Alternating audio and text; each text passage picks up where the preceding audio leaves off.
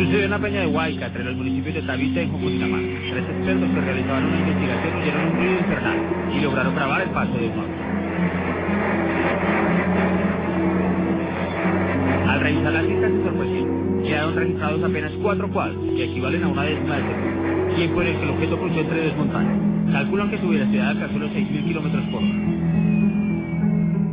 He subido de este lado y de aquí a aquí hay 3 kilómetros.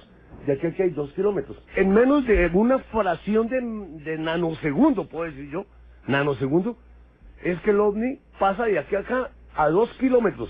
Ya. Y la tercera es 1 kilómetro después.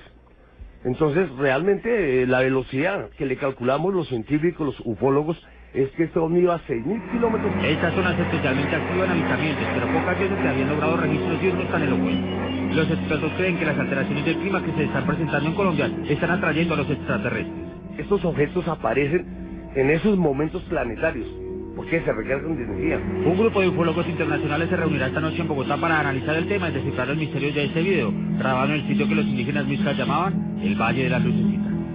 Ocotlán, Jalisco, se ha convertido en una zona muy importante para el sector industrial. Año con año, Ocotlán atrae a miles de turistas, pero es el Cerro del Chiquihuitillo el que ha traído la atención de seres que sobrepasan las fronteras terrestres. Al hablar de Ocotlán y de ovnis, es inevitable mencionar al señor Raúl Domínguez López, comerciante, esposo y padre, que un día tuvo una experiencia con uno de estos objetos. Y vino un señor que yo conocía que era aquí, San Pedro Chicán, que era pescador. Le digo, oiga, el lirio les da mucho problema para su pesca, ¿verdad? No, dice que no. Ahí donde entra y sale el platillo, casi no hay lirio. ¿Pero por qué? Le digo. ¿Dónde entra y sale el platillo? Sí, entra y sale al agua. Y está saliendo ahorita al amanecer, tantito antes de que salga el sol, y se sale y se va y se tiende, así dice, se tiende entre el Cerro Grande y el Chiquihuitillo. Entonces esa vez llevaba por primera vez un perrito pastor alemán que me habían regalado. Se pegó de tiro al suelo y fue cuando apareció el flaco, salió así de repente. Entonces yo quise enfocarlo, pero no cabía. Entonces esperé que se retirara tantito más. Entonces yo agarré y lo quise fotografiar y no, esperé hasta que entrara y le disparé la primera fotografía y oí que funcionó el motorcito. Dije, sí funciona, hizo aire. Le dejé ir todas las demás fotos. ¿Crees en ovnis? No. ¿Por qué? ¿Por qué? Porque nunca los he visto. Sí, porque sé que no nada más nosotros somos seres vivos. Posiblemente más adelante hay algún acercamiento. Aquí en el Ocotlán no es nuevo el fenómeno. Yo lo que he investigado desde los años 50 para acá se está viendo. Hay personas aquí que tienen muy buenos recuerdos o experiencias del fenómeno. Es lo que creo. Negar una verdad que es innegable es como decir que el azúcar no sabe dulce. Hay algo más allá de lo que creemos y que estamos imbuidos en una superrealidad que no entendemos. En la posición geográfica en la que nos encontramos, entiendo que es un lugar donde hay una de las bases probablemente más grandes aquí de las Américas. Estaba a una altura como de 50 pies más o menos, era enorme. A mí me mosqueó de verdad que el coche no arrancase, no me gustó en absoluto. Venga ya, hombre, déjate de coña, Sasa. Ya joder, que no arranca de verdad. Allá la cobertura en el móvil. Bueno, pero intentarlo otra vez, ¿no? No funciona, Cristina, que no funciona. ¿Queréis callaros ya todos, joder? Fue de un momento a otro, nos quedamos ciegos, no se veía absolutamente nada. Yo me sobresalté. Por unos segundos sentí miedo. ¿Por qué no bajas y ves lo que le pasa al motor? ¿Qué tiene que ver el motor con las luces? Si no funciona nada. Bueno, y yo qué sé, ¿por qué no le das a eso de ahí de...? ¡Oh, Dios! ¡Ya! Duró unos segundos, no más, se fue luego a la derecha. Fue una centella de rápido, pero nos cegó a todos. Nos agachamos donde pudimos, uno sobre otro. La vimos pasar sobre nosotros viniendo de lejos a una velocidad increíble. Sí, esto es claro. Sí, ahí dentro ya. ¿Ahí? Sí, esto es. ¿Dientes? Sí. ¿De qué puede ser? No sé. ¿Grandes son? Sí, son una rajadura muy importante. Ahí te agarro. Sí. Falta. Esto está desgarrado. Sí, aparece el pedacito ahí. Sí, se notaba, ¿no? ¿Hay pus? ¿Está lleno no alcanza a notar? Sí, hay pus. Inclusive el pus mezclado con saliva, porque acá está la glándula saliva. Parote. No tenemos para mucho.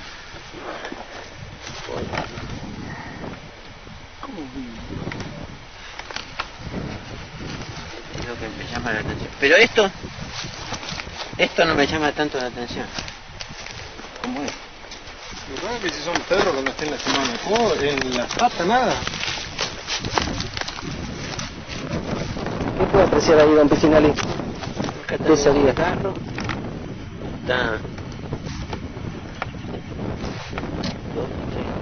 la cuarta vez que la cosilla se conserva. Falta todo perineo. Algo tuvo que meterse ahí, o eso, la infección puede haber sido infección.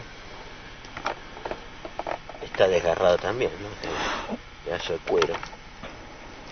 Desgarrado. ¿Desgarrado? Sí. No hay parásitos.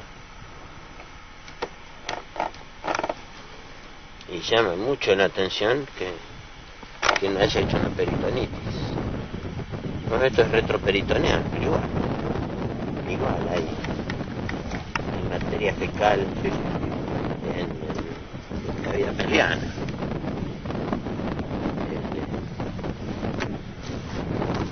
Es muy llamativo que el animal siga caminando. Apenas, ¿no?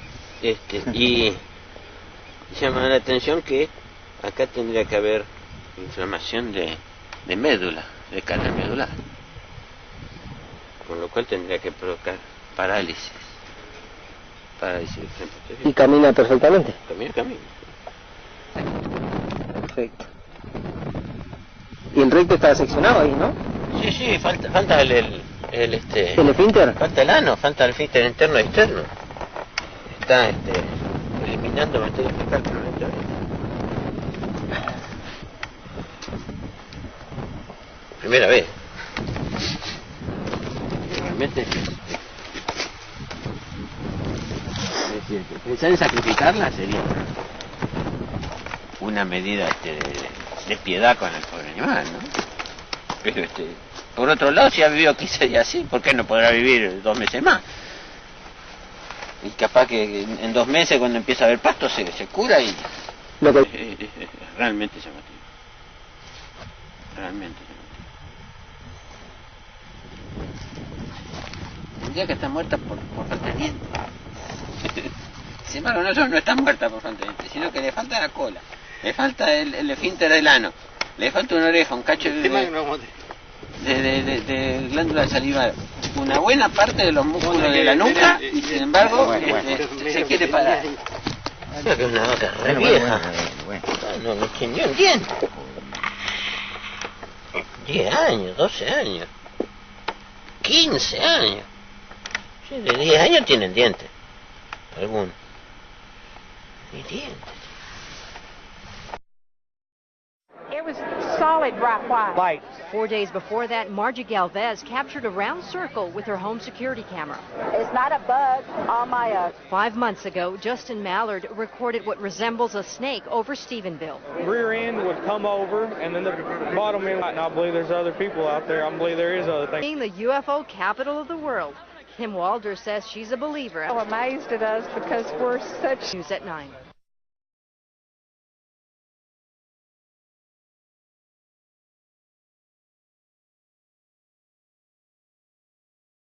La noche del encuentro, 9 de mayo de 1988, en la isla de Puerto Rico, un joven de nombre Amaury Rivera Toro, al ir circulando por el camino a bordo de su vehículo, escuchó un ruido extraño justo afuera de su ventanilla.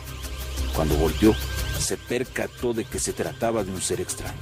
O un niño, pero a esta hora, ¿sabes? Todo eso yo lo pensé bien rápido.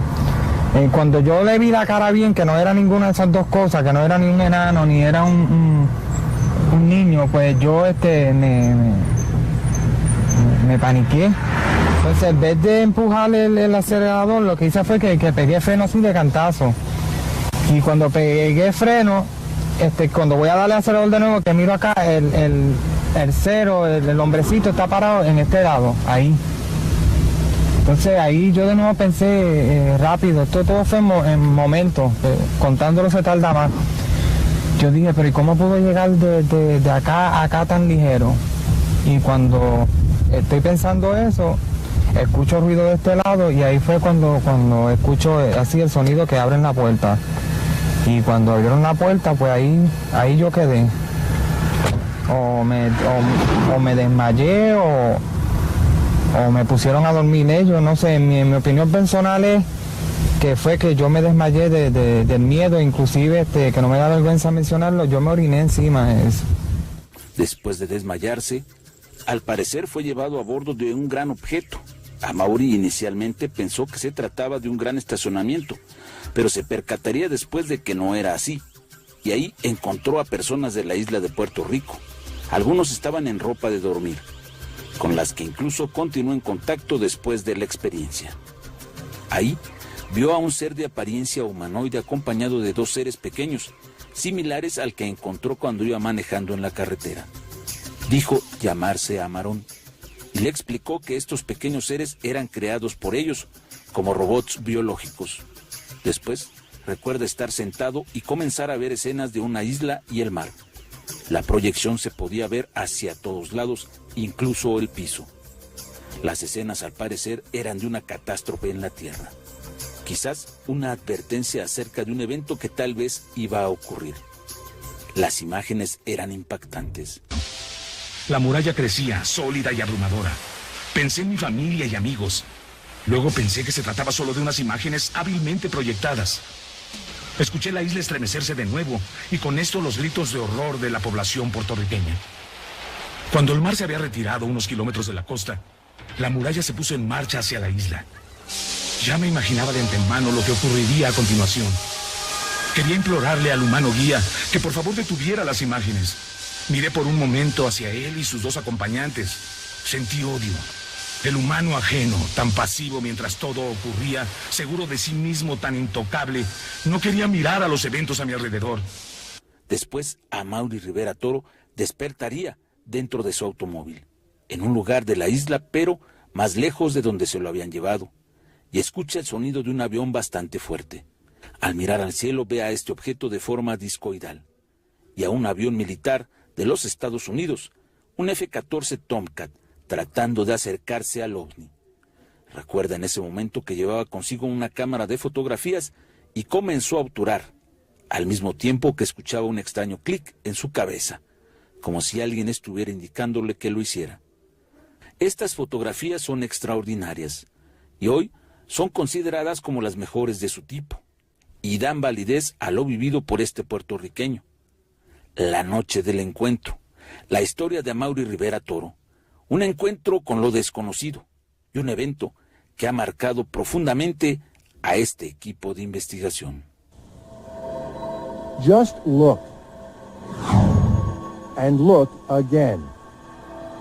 What if the video and photographs are real? Then these detailed depictions of alleged spacecraft and their occupants would possibly be compelling evidence that we are not alone.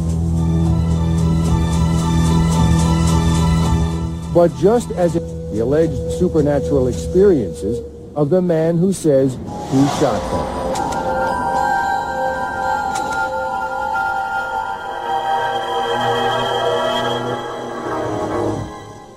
This video I obtained from messages from people from space. They tell me the time, the place, in order to take the videos. His name is Hugo Batallanos. Mr. Batallanos is visiting from his native South America, where he heads an organization called the UFO Brotherhood of Argentina. His apparent motive is to promote a worldwide UFO conference he is helping to organize for November in California. I can say that I'm here at the United States in order to show different proofs of life in other worlds. Mr. Batallanos claims to be a UFO contactee.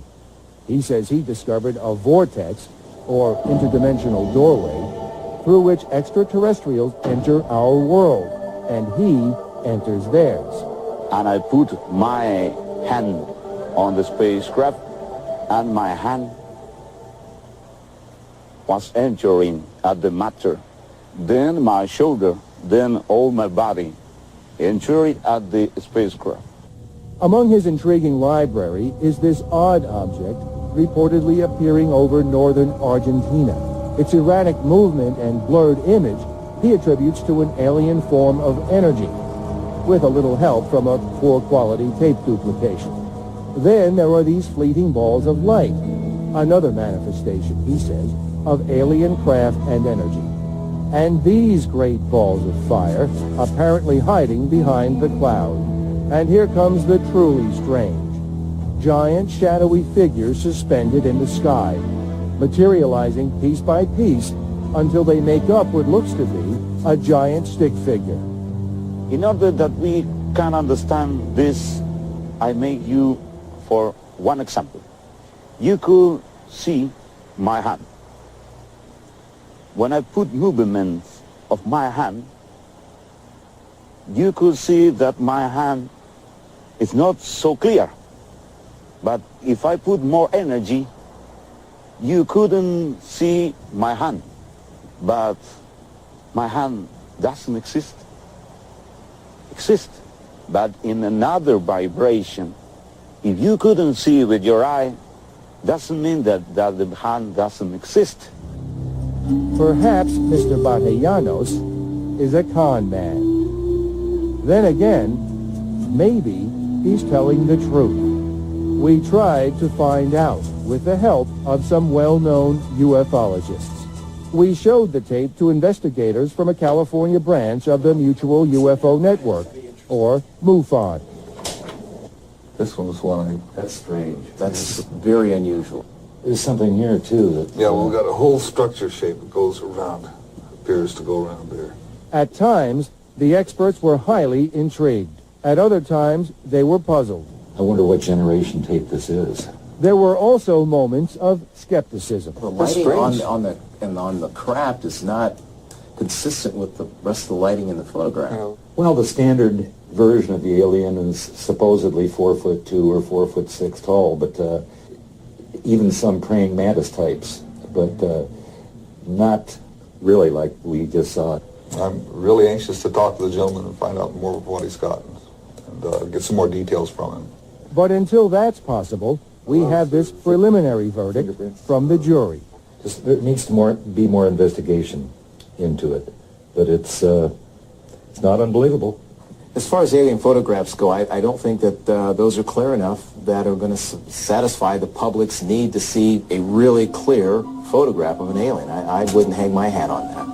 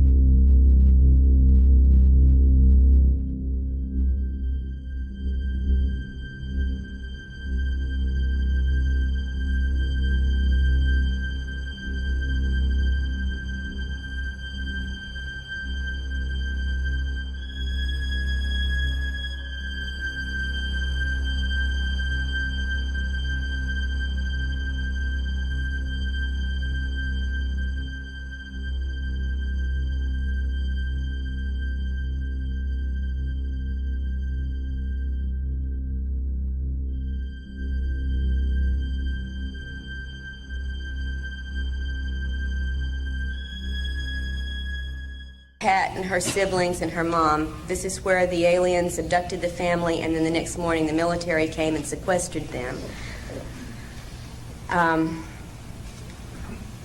This is the only drawing that Pat has made of later experiences. She called that little device the soul machine, and she sat on it and ran her hands over those little holes of different colored light, and she heard a sound they told her was the sound of her soul.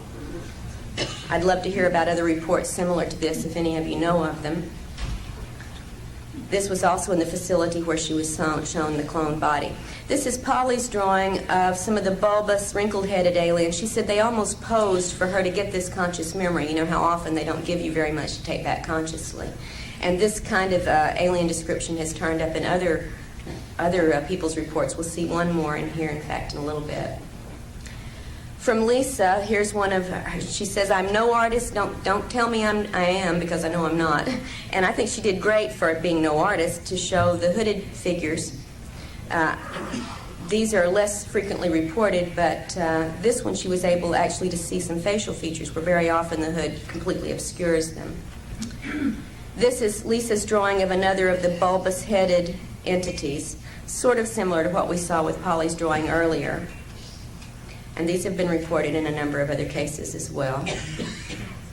Not your typical gray or reptoid or insectoid, but something seeming to have more of a porpoise-type bulbous forehead. A typical gray in a hat, right? And this happens. I remember seeing one myself when I was quite young. She said this was surprising because its mouth would open, and we have a few cases where the little slit has actually opened. So just one of Lisa's representations. This one, she says, is very similar to a figure in Linda Howe's latest book with the flat, ridged nose area. This entity, she's not real fond of at all, was involved in what she said was one of the rape scenarios she was put through. Let's see what's coming up next. Lisa's drawing of the reptilian entity that was very aggressive sexually with her as well. And again, she says, please remember, she's no artist, but it was a brown, scaly, hard exterior with the slit eyes, vertically slit eyes, and clawed appendages or fingers. And a very robust entity. Symbols that she has seen in these, and this is so typical. I mean, we could flash symbols, and so many of them are some version of the triangle and the circle. We'll see another variety of this kind of symbol a little bit later with Angie's drawings.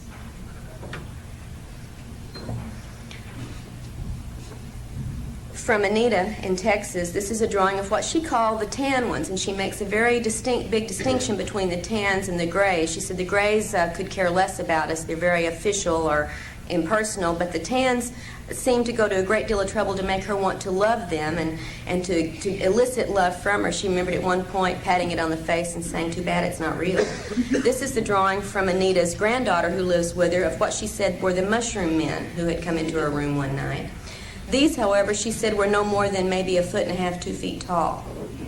And you note the drawing details that she has included in 4 fingers and so on.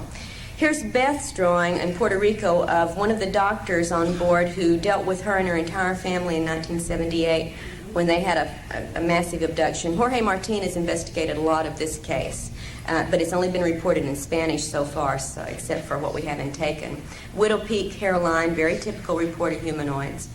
When Beth recalled being taken by the military to a desert area where there was an above-ground compound area, much like what Ted described, being then taken again underground through this adobe or old-type structure into a room with military where she said 2 men in astronaut suits made a presentation here in this underground room to her and a number of other military people who had her there. And she was there not by invitation but by duress.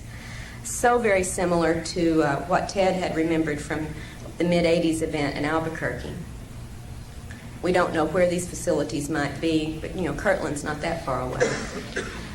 One of Jane, also one of the women taken from Texas, one of the photographs of a UFO, Jane's entire scenario began with a number of overflights of UFOs witnessed by neighbors and relatives, and she was instructed on this day to clean her camera, get new film, and go out. They were going to be there. And this is one of the shots. Some of the body marks that we've talked about so many times, the triangle of punctures on Jane's arm, are typical of what most of us have had recurrently. Let's see if we can go on to some other physical marks, I believe, here. We'll see a little bit later. If not right now, I can't remember the order of these things. Yeah, this scoop mark on Jane's leg. Now there are some scoop mark reports that we've had, including one in the family, where after the scoop begins to heal, a waxy grayish substance oozes out of this for a while, and then it heals up to the regular scoop mark that we know, and this is one instance of that happening with Jane. Jane's drawing of a memory of being before this council of long-haired, light entities. She cannot recall what they were telling her, however, but this was the best she could do to capture the feel of these faceless entities. And again, this is often a similar situation reported by other people, including one other in the book taken, Amy. An unusual scenario, Jane recalled only snatches of an encounter in which she saw robed aliens at work in one of the facilities, and she heard them listing certain places in the Texas, Louisiana area by name, certain towns and locations, and then the words activate, activate, activate.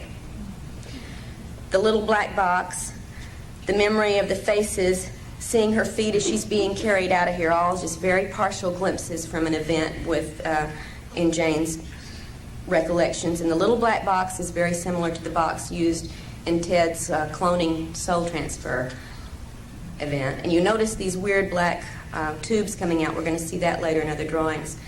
Jane's most intense recent encounter she tried to relay in a series of paintings, being on the desert planet, so many people report, seeing the UFO coming in, being under control where she couldn't move, and then watching a series of changes where the UFO seemed to beam down this illuminated globe type structure with markings she couldn't really capture in all their detail. And then this going through another stage of transformation from this globe-like decorated object to a floating dark globe with antenna that began to come very close to her, so close that she became fearful she was going to be knocked off the mesa where she was sitting. And the last conscious memory she had of this event was of this globe coming up right to her face.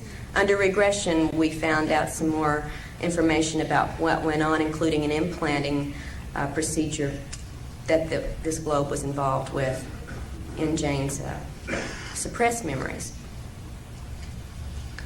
This is Angie, the woman in Tennessee, one of the rectangular scorched areas or dead areas on her property from an event, this now for a year and a half, of course, nothing grew there. This was an event she had recalled seeing the night before, or briefly before, I can't recall if it was just exactly the night before, in which there was this rectangular device with two aliens out in the yard near the barn area, apparently taking soil samples, which of course, you know, they've been doing since time immemorial. They just can't get enough of our soil. But the mark on the ground was physically there for quite a while. And if anybody's willing to pay for some soil sample testings, we've got some. Here's the area of the rural cattle ranch where the mutilations and unexplained deaths have occurred. And you're going to see video from this area of overflights. I just wanted you to see how remote this was from any, you know, highly populated area. One of the unexplained deaths, this was not a mutilation, it was the report from the vet was unknown toxicology, and there were a number of other cases both in the Tennessee and Alabama area during this time. But there were also mutilations among the cattle on Angie's property. There's one that seems to be almost an interrupted mutilation. I'd love to get Linda's analysis of this. You see a triangular patch of skin has been cut but not taken off yet. The jawbone has been cleaned. It's like something either was human activity mimicking alien mutilations or an interrupted mutilation of some sort on a calf there. Angie's fetus, after an alien implant that she later miscarried, she actually retrieved the fetus, but under control, of course, took care of making sure it did not. Well, it was retrieved by aliens, she believes, the day later. But she saw the size of it and the features of it. She said when they came back to induce the miscarriage that this was the instrument, the long instrument that was used to induce the miscarriage vaginally, and then this little container was, she said she had no idea what the little container was for, but she did remember that also being present on the bed in her bedroom when they came to cause this loss of the child. Some of the marks from some of Angie's experiences, again, the sets of punctures, correlated with consciously remembered events. One of the fetal nursery representations, this is what Angie saw, and this one is included in the book, so you can read more carefully what description she has for the various things. Very similar to what else we've heard about. Angie is an illustrator artist, so she has done a lot better with some of her recollection drawings than many others. But again, in the corner, you see the little black box with those hoses running out of it, just like Jane had seen in Texas. In fact, Angie has a number of excellent illustrations, but we could do that all day. Here's one of them, one of the suited grays, which she said rarely would she see them in clothes. This one had an outfit on, and she didn't know what the little jumble of shapes on the table was. She said maybe it was art. I don't know. Nothing was explained to me. She also had encounters with, actually 7 different alien physical types. This one with the bumpy skin, the bumpy joints of the fingers, etc. And some of the aliens with which she had contact were completely human-looking, although they didn't act human, they did look human, notably brown-haired and blonde-haired humans. Here's one of the brown-haired woman and man, and he's got some equipment. We can't really see it very clearly here, as if he's scanning, I don't know, the air or something, taking readings of some sort, and the woman escorted Angie into back to the craft for her encounter later on. This was just out on her property. This one, both Angie and her husband recalled the little troll-like or dwarf-like entities coming into the room, and in fact it was her husband who was taken away in this encounter. And they both remembered all of this consciously. And these troll or dwarf-like entities turn up, as you'll see in the correlated chart of comparisons there in the book, with more than just Angie in the book, and with a lot of other people too. Again, we see one of the emblems. We've got the triangles. I think they show up almost every time unless we have the serpent showing up. She said this was on a belt that one of the entities was wearing.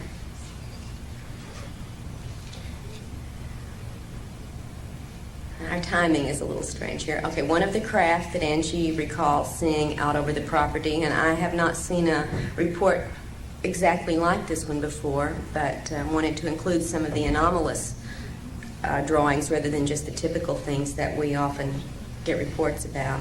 Another one over the area, and that's the bottom view of it. It seemed like a fiery or molten-y area, very similar to what's reported in the bottom of the Gulf Breeze crown-type craft.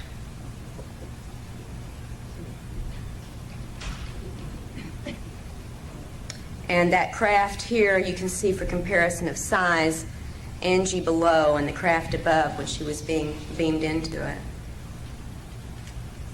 Again, out in this area that's very near the northern Alabama border where so much activity has gone on in the past, 3 or 4 years. This is a ground plan of one of the rural military facilities to which Angie was taken. A series of buildings, of areas where craft were parked, of a perimeter fence. This was, and of a rural dirt road. She was taken into one of these buildings and interrogated. And there were a number of other humans there. She said apparently also abductees besides military personnel. Close up of the view of the building into which she was being taken, and one of the people who was escorting her. And she was taken along with 3 other women on one occasion into this facility.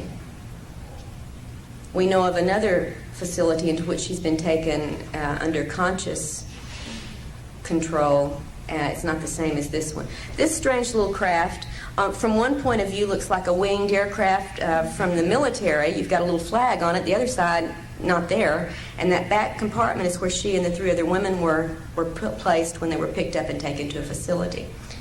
In one of the underground places that Angie recalls seeing was what she called the upturned helicopter, or the rotorless helicopter. And again, we have gotten reports from around the country over the, through the past of similar copter-type devices that apparently are not copters. two pictures. Angie was taking pictures of overflight trails, and here it just does not show up. So, but if we could look at these up close, these are taken identical, moments apart, snap, snap. And in one is a very small object that under enlargement appears to be a spacecraft. It's not there in the other one, so we need more analysis on that.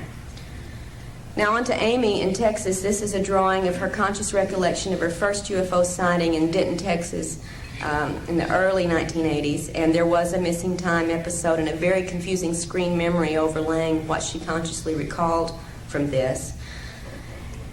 Amy recalls being taught many things by the entities that have worked with her, including, as here with her two young daughters, being shown how to pass through solid objects.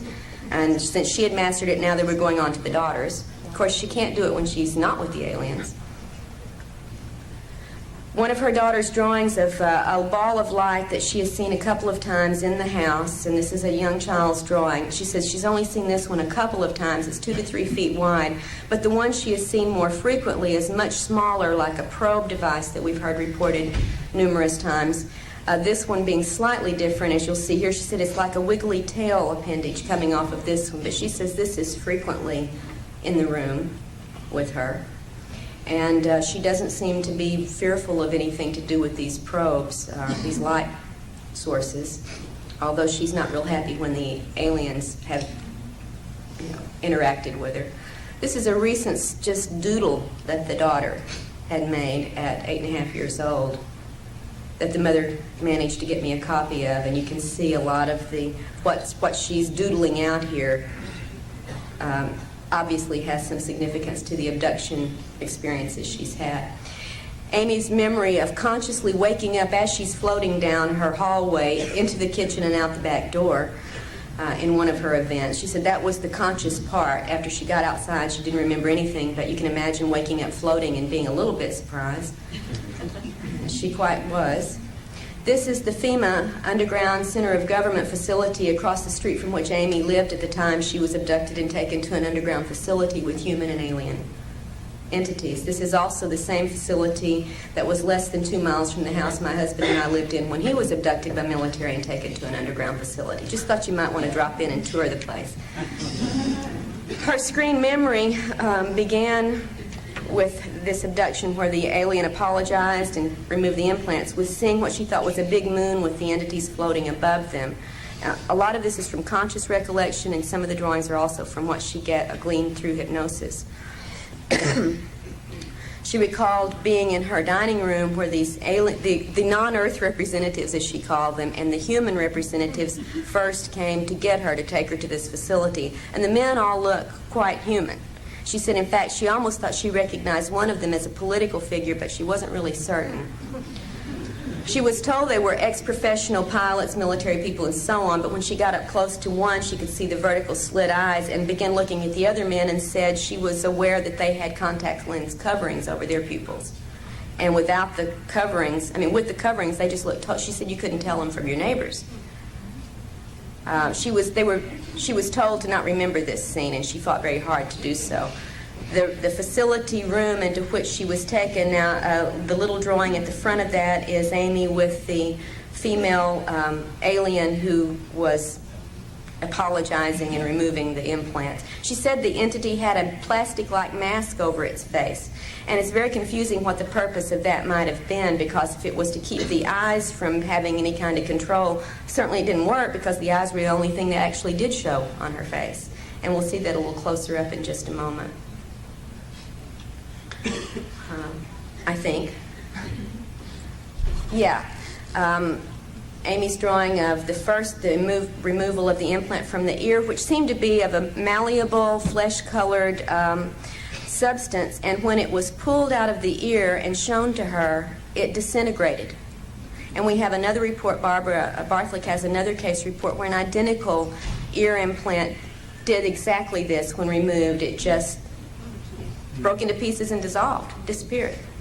But she said when she looked at it before it changed, she could see what were embedded in it, like finely placed little wires or filaments that were in this biological-looking or flexible-looking material that was very flesh-colored. Then the removal of the implant from the base of her neck.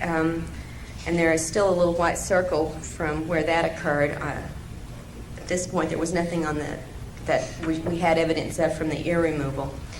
This implant was more typical of some others we've seen on drawings and x-rays, metallic filament rod with little filaments on the end. She shows here, as we talked about earlier, where the implants are. The old implants were being placed, and the new ones, she's told, are going into the spine, the brainstem area. And the alien told her about some of the newer implants. Now, this is the drawings of first the instrument used to remove them, the little biologically flexible-looking ear implant, the spot on the back of her neck, and the implant that was taken out of that spot, the rod with little filaments on the end. And this is also in the book, one of the illustrations we were able to include. She said that she was told newer implants are being placed through an area behind and slightly below the ear and into the base stem of the brain area and the medulla oblongata. She said they look like little tiny metallic Tic Tacs, and that the alien told her these were the new ones. She remembered getting the close-up, eyes-to-eyes things and having information imparted to her about the nature of the implants. Consciously, she did not remember much about it, but she did remember she was very unhappy about what she was told. And under regression, she retrieved more specifics of these controls, which do match up with the reticular formation area. A more recent daytime sighting right over the Dallas-Fort Worth airport at noon when she was out on lunch break, she said was so amazing because she saw what first looked like 4 UFOs flying in a formation. As they got closer, they looked like airplanes, again in formation, and then as they kept flying, the airplanes lined up and became a solid circular object.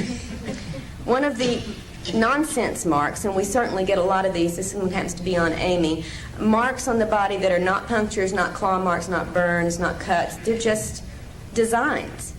And these turn up from time to time, and this one we just were able to get a good photo of.